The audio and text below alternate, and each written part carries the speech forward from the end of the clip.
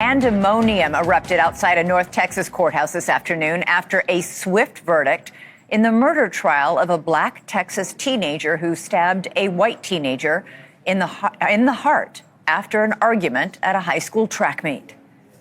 We will fight Collin County like hell. Black America should be very upset about what went on today.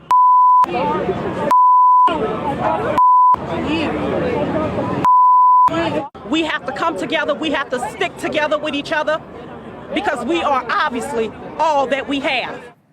Supporters of now 19-year-old Karmelo Anthony screamed. Some collapsed to the ground as the jury delivered its guilty verdict for first-degree murder in the April 2025 killing of 17-year-old Austin Metcalf.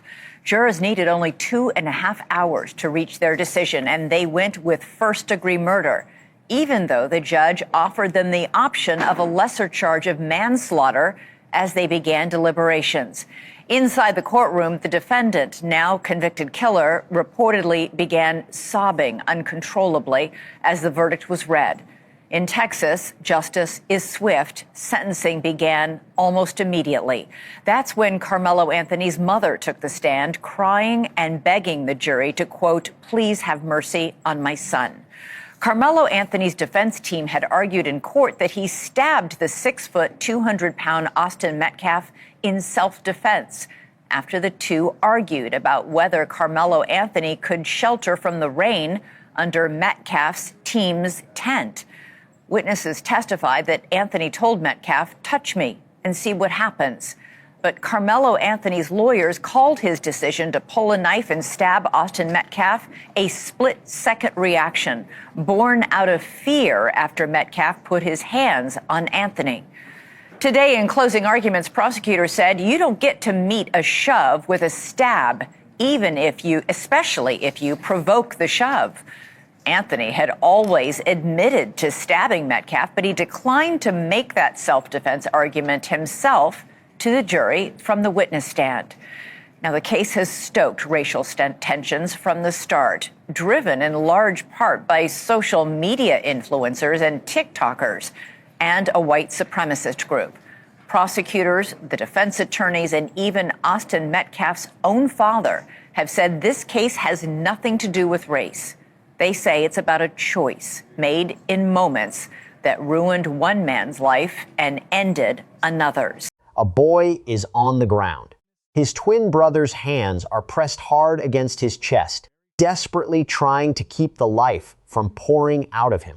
The rain is falling, the screaming starts, and somewhere in the chaos, a knife disappears into the bleachers. This did not happen in a dark alley. There were no shadows, no hidden corners. This happened in broad daylight, surrounded by dozens of students, coaches, and athletes at a high school track meet. A 17-year-old boy bled out on the ground while his brother held him, and there was absolutely nothing anyone could do to stop it. What you are about to hear will disturb you. It will anger you, and it will stay with you long after this video ends. Viewer discretion is strongly advised. This case involves the violent death of a minor and details that are deeply upsetting. If that is not something you can handle right now, please step away. For everyone else, welcome or welcome back to True Crime Exposed. If you are new here, hit that subscribe button right now because this is exactly the kind of case we dig into. Raw, real, and unfiltered. Drop a like, share this with someone who needs to know about this case, and tell us in the comments where in the world you are watching from. Let's get into it. April 2, 2025 started like any other Wednesday for the student athletes of Frisco, Texas. Two high schools, Memorial and Centennial, had gathered at Kukendall Stadium for a scheduled track meet. Coaches were on the field, students were warming up, parents were in the stands. Everything was exactly where it was supposed to be. Austin Metcalf was 17 years old, a standout athlete and straight-A student at Frisco Memorial High School, and one half of a twin pair, his brother Hunter, competing at the same meet that afternoon. If you had walked through that stadium before the weather turned, you would have seen nothing out of the ordinary. Just high school kids doing what high school kids do. Then the rain came. It was not a heavy storm, just enough of a delay to push everyone off the track and under their team tents. Each school had a designated pop-up tent set up along the field. The colors were clear. The team uniforms made it obvious who belonged where. Athletes from Memorial gathered under their tent. Athletes from Centennial gathered under theirs. There was no confusion about which tent belonged to which school. That is what makes what happened next so difficult to explain. Karmelo Anthony, a 17-year-old athlete from Centennial High School, walked into Memorial's tent, not his team's tent. The opposing school's tent during a rain delay with teammates and coaches from Memorial already seated inside. Austin noticed. He told Karmelo directly that this was not his team's space and that he needed to leave. Karmelo did not move. Words were exchanged. The situation escalated quickly from a territorial dispute into something far more serious. At some point during the confrontation, Karmelo reached into his athletic bag. Witnesses who were present heard him say clearly, "Touch me and see what happens." According to police reports, Austin then made physical contact with Karmelo. Moments later, Karmelo pulled a knife from the bag and stabbed Austin once in the chest. Austin collapsed. Hunter reached him within seconds, dropping down beside his brother, pressing his hands against the wound, trying to hold on. Around them, athletes and coaches scrambled. The tent that had been a shelter from the rain became a crime scene in under 60 seconds. A middle school resource officer stationed nearby was alerted. Witnesses immediately pointed out Karmelo, who had fled from the tent after the stabbing. Officer Eduardo Cortez pursued him and cornered him on the north end of the track, separated by a chain-link fence. With his hands in the air and without being questioned, Karmelo made two voluntary statements. First, "I was protecting myself." Then, as Cortez radioed in that he had the alleged stabbing suspect in custody, Karmelo responded, "I'm not alleged. I did it." First responders reached Austin and worked to stabilize him. He was transported for emergency treatment, but did not survive. By the time the scene was secured, investigators had approximately 24 student athletes and 4 coaches as witnesses, a suspect already in custody, a confession already on record, and a victim who never made it home. What started as a rain delay at a high school track meet had become a homicide investigation, and it had all unfolded in front of an entire stadium full of people. Before this case became a headline, Austin Metcalf was simply a 17-year-old kid from Frisco, Texas, doing everything right. He was a straight-A student and a football star at Frisco Memorial High School, the kind of athlete and academic that coaches and teachers point to when they talk about what student athletes are supposed to look like. He was disciplined, focused, and by every account, he had a future that stretched far beyond high school. What defined Austin as much as anything else was his identity as a twin. He and his brother Hunter were inseparable. They competed in the same spaces, pushed each other, and showed up for each other in the way that only twins understand. Hunter was at that track meet on April 2nd for the same reason Austin was, because that is what they did. They showed up together. Austin's father, Jeff Metcalf, became one of the most visible faces of this case in the weeks that followed. He spoke publicly and with a remarkable composure for a man who had just buried his son. He addressed the media, spoke to news outlets including Fox 4 Dallas-Fort Worth, and made his position clear from the beginning. He said directly that this case was never about race, that it had always been about teenagers in high school, and that the national media had turned it into something it was not. The Frisco community grieved hard and fast. Memorials went up. Teammates, classmates, and families poured out in support of the Metcalf family. But while that community was rallying around them, something uglier was happening online and at their front doors. Austin's mother, Megan, had her home swatted. An anonymous caller contacted 911, gave her address, and reported that someone inside had been shot. SWAT responded in full. Officers surrounded the home, could not reach Megan by phone, and deployed a drone through the residence to clear it room by room. It was a false report designed to terrorize a grieving mother.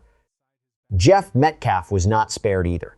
He received threatening phone calls and text messages. A stranger physically showed up at his home and banged on his door, forcing him to call police. A man who had just lost his son was now fighting to feel safe in his own house. Austin Metcalf deserves to be remembered as more than what happened to him that afternoon. He was a son, a brother, a teammate, and a young man who, by every measure, was headed somewhere. Karmelo Anthony was 17 years old at the time of the stabbing, a student athlete at Centennial High School in Frisco, Texas. On paper, going into that day, he had no prior criminal record. He was a teenager with no documented history with law enforcement. That fact would become one of the central pillars of his defense team's argument in the weeks that followed. Within days of the stabbing, a nonprofit organization called the Next Generation Action Network stepped in publicly to support Karmelo's family.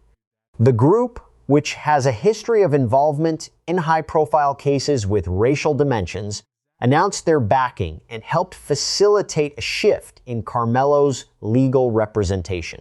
Their involvement immediately drew national attention to the case and reframed the public conversation in ways that moved further and further from the facts on the ground.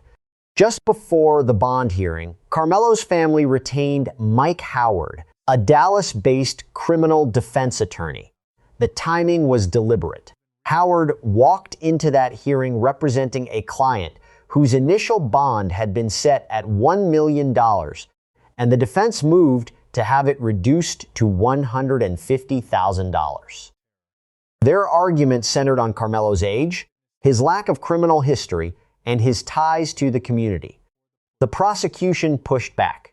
Prosecutors pointed out that Karmelo's family had already raised over $400,000 through a crowdfunding campaign online. The argument that the family needed financial relief while simultaneously sitting on nearly $500,000 in public donations did not land well in that courtroom. During the hearing, Karmelo's father, Andrew Anthony, was questioned about a separate incident involving his son that had taken place at Karmelo's school in February, just weeks before the stabbing. Andrew did not provide a direct answer. He did not volunteer details. What investigators and reporters were able to confirm was limited to this. The incident had been handled internally by the Frisco Independent School District. The district conducted its own review and closed the matter without public disclosure. No criminal charges were filed.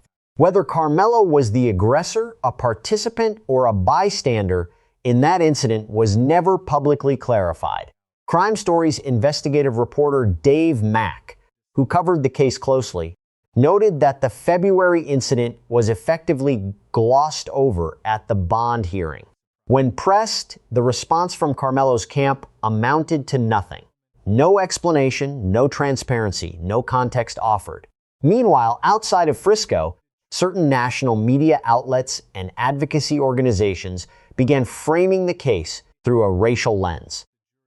The narrative spread quickly on social media.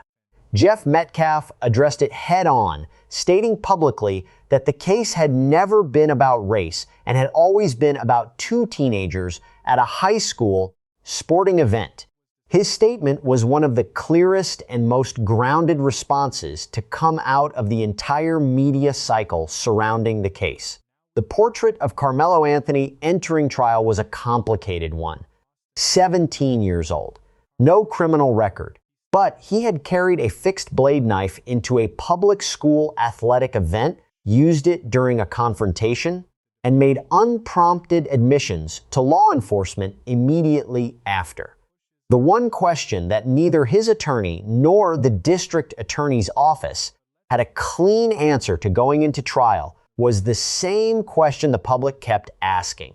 Why did he bring that knife to a track meet? The foundation of the state's case was built quickly, and it was built on multiple layers of evidence that began stacking up within minutes of the stabbing. Officer Eduardo Cortez filed a supplemental arrest report that became the official documented record of what unfolded on scene. That report captured 3 separate voluntary statements made by Karmelo Anthony, none of which were prompted by direct police questioning. The first came the moment Cortez had him at the fence line on the north end of the track. Without being asked a single question, Karmelo said out loud, "I was protecting myself." As Cortez radioed that he had the alleged stabbing suspect in custody, Karmelo immediately corrected him. "I'm not alleged, I did it." While being walked off the track toward a squad car, he added a third statement. "He put his hands on me, I told him not to." All 3 statements were logged as voluntary, unprompted, and were captured in Cortez's report. While Cortez was securing Karmelo, other officers moved through the stadium collecting witness accounts. The witness pool was significant.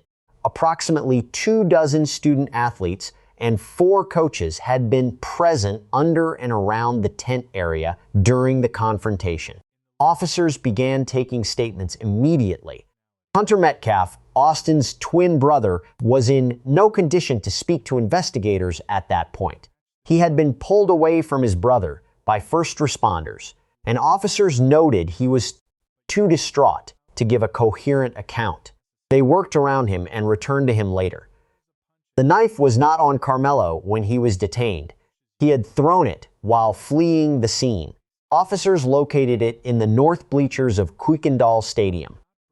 It was a fixed blade knife, meaning it was not a folding pocket knife or a Swiss Army-style tool.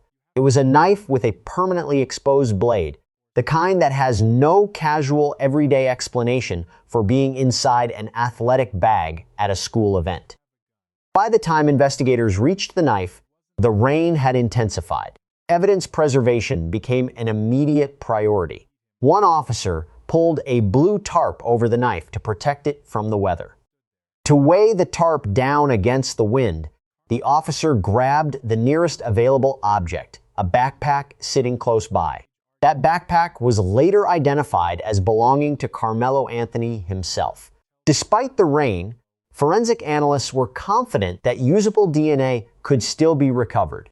Dr. Kendall Crowns, the chief medical examiner for Tarrant County and a lecturer at the Burnett School of Medicine at Texas Christian University, explained that unless a blade has been actively scrubbed with a cleaning agent, sufficient biological material typically remains on both the blade and the handle for DNA extraction. Given the physical contact between Karmelo and Austin during the confrontation, analysts also had pathways to recover trace DNA beyond just the weapon itself. Dr. Crowns analyzed the nature of Austin's chest wound and provided a clinical assessment of why it was unsurvivable outside of an operating room. The wound was centrally located in the chest, in the region of the heart. A stab wound in that area causes rapid blood loss into the chest cavity. Without immediate surgical intervention to close the wound directly, no amount of external pressure applied at the scene could stop the internal bleeding. Hunter pressing his hands against his brother's chest could not have changed the outcome. Dr. Crowns confirmed this directly and without ambiguity. The blood was collecting inside the chest cavity, regardless of what was done externally. And the speed of Austin's deterioration at the scene was consistent with a major vessel, or the heart having been struck. Investigators also noted early on that video evidence existed from the stadium, though the full contents of that footage were not publicly released at the investigative stage. Blood on Karmelo's hands was photographed by officers at the scene before he was transported. By the time Karmelo Anthony was formally processed and booked, the case against him included his own words, a recovered weapon, forensic evidence, photographic documentation, and close to 30 eyewitnesses. The investigation was less than a few hours old, and the evidence was already substantial. When the trial began, the prosecution's strategy was straightforward and methodical. They built their case around two legal concepts that Texas law recognizes as equal in weight: explicit intent and implicit intent. Explicit intent is when someone states out loud that they plan to cause harm. Implicit intent is when the actions themselves make the intention clear without a single word being spoken. Reaching into a bag, retrieving a knife, and using it during a confrontation is implicit intent. The prosecution argued that the moment Karmelo Anthony brought that knife to a public school event and deployed it, the law did not require him to have announced his intentions in advance. His actions spoke for themselves. Randy Kessler, an attorney and lecturer at Emory Law School who has analyzed hundreds of criminal cases, was direct in his assessment. He noted that when a jury returns a guilty verdict in a murder case after only 3 hours of deliberation, it tells you everything about the strength of the defense. 3 hours in a case of this magnitude is not a jury that struggled. It is a jury that walked in largely aligned and spent most of that time on procedure rather than persuasion.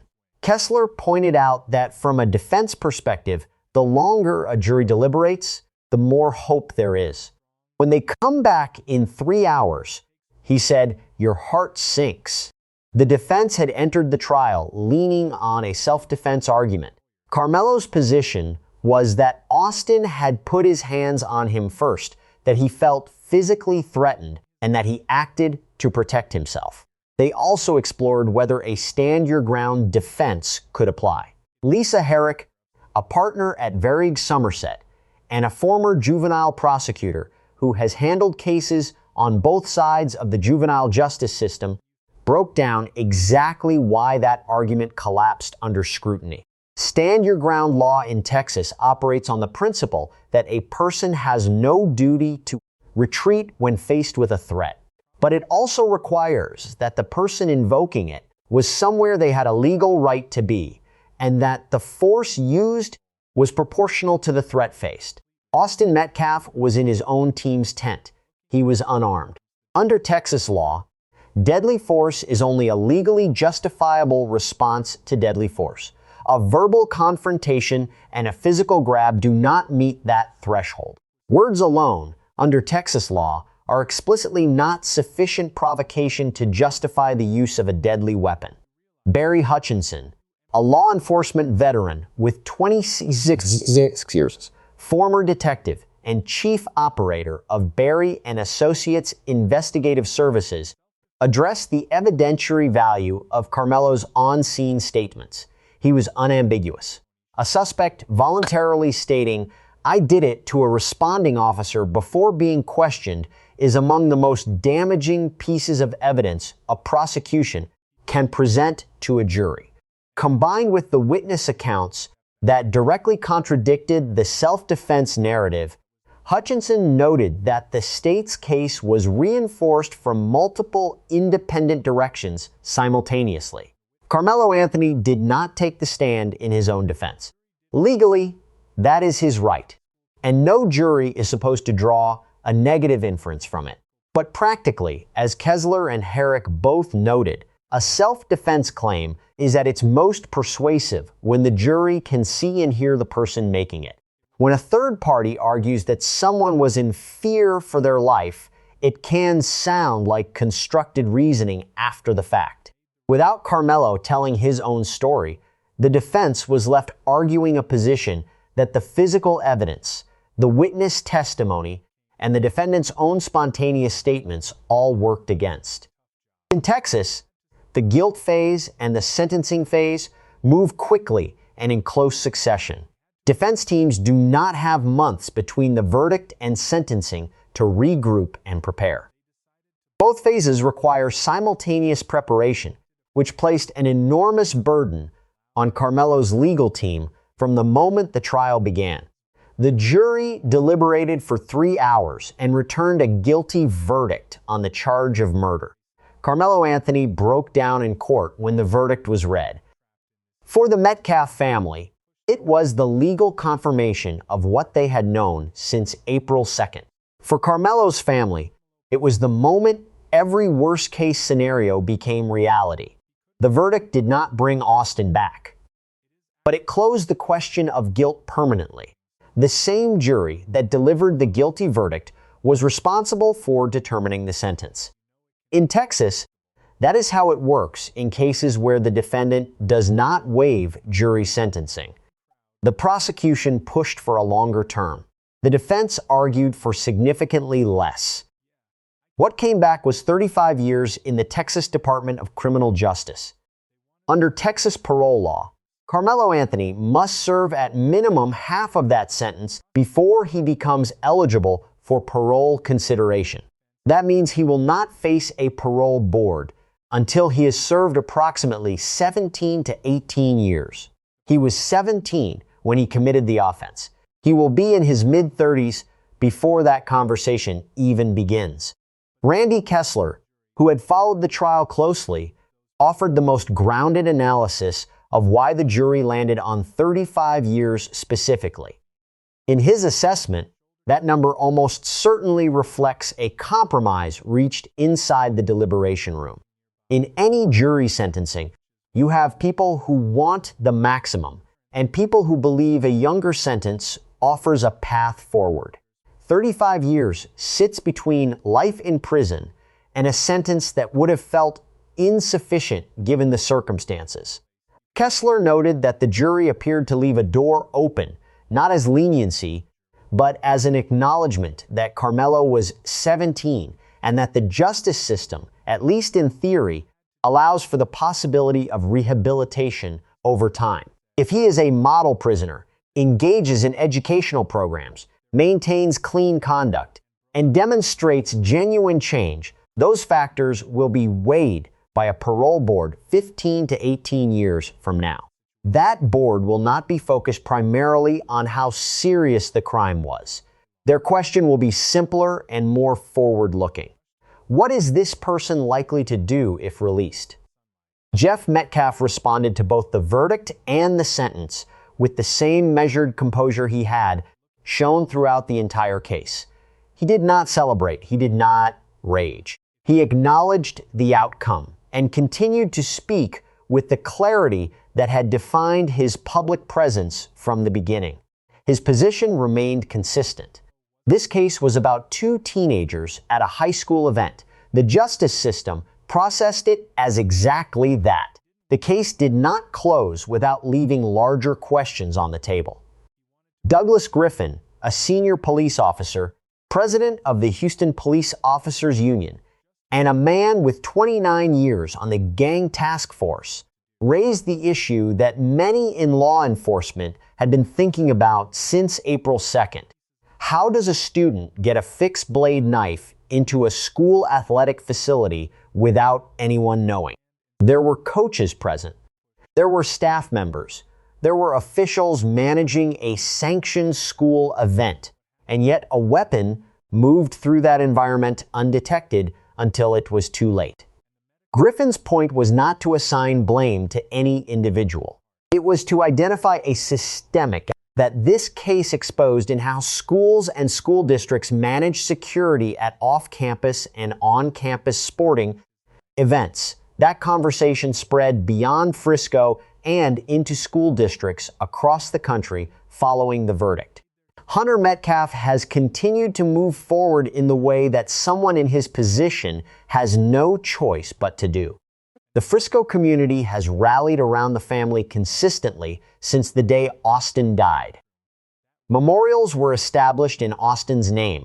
Efforts within the Frisco community to honor his memory through scholarships and athletic recognition have kept his name present in the spaces he occupied when he was alive. Austin Metcalf was not a symbol before April 2nd, 2025. He was a teenager with a future.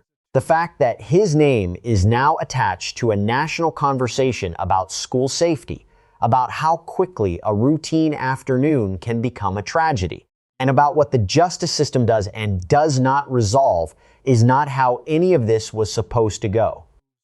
35 years was the jury's answer. It was not the Metcalf family's answer, because there is no sentence that is. Justice in cases like this is a legal outcome, not an emotional resolution. The courtroom closed this chapter. The questions it raised are still open.